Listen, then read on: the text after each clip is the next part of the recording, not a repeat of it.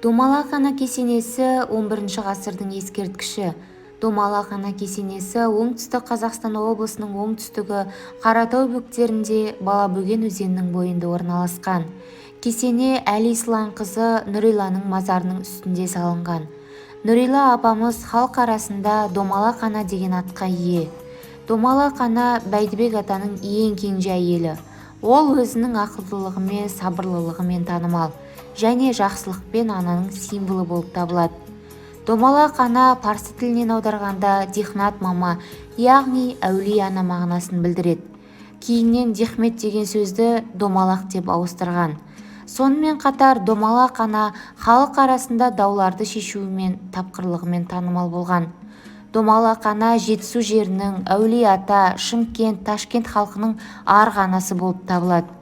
Оның ұлы Жарықшақ Ташкентте Әмір Темірдің кеңесшісі болған, содан кейін Жетісудың билеушісі болды. Домалақ Ана Қос бөгенің сағасындағы бір жазыққа жерленген. Айналасын көгілдір таулар қоршаған, сол жазықта қазір бозарып сәулетті күмбез көрінеді. Ол Домалақ Ана кесенесі. Кесене 1957 жылы қайта жөндеуден өткізілді. Әулие ананың қасиетін қастерлеген ұрпағының ана бейітіне ағылған ізі, салған жолы ескіріп көрген емес.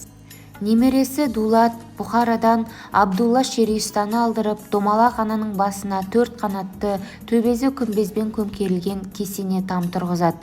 Домалақ Ана кесенесі бірнеше рет бұзылып, қайта өңделген. 1957 жылы қайта жаңартылған кесене де көп уақыт сақталмаған. 1996 жылы Маңғыстаудан арнайы әкелінген ақ таспен жаңадан 12 метр биіктікте 8 жапырақты етіп өріліп, негізгі бөлігінің үстіне күмбез орнатылған. Аңыз бойынша Домалақ Ана кесенесінде 2 қасиетті тас бар. Осы 2 тастың арасынан тек шаны таза адам өте алады. Бұл күмбез зират елдің арнайы келіп зиярат ететін орнына айналған. Ғимаратта түрлі көне қолжазбалар сақталған. Бүгінде және бұған дейін аталған кесене көпшіліктің тәу етер қасиетті орнына айналған.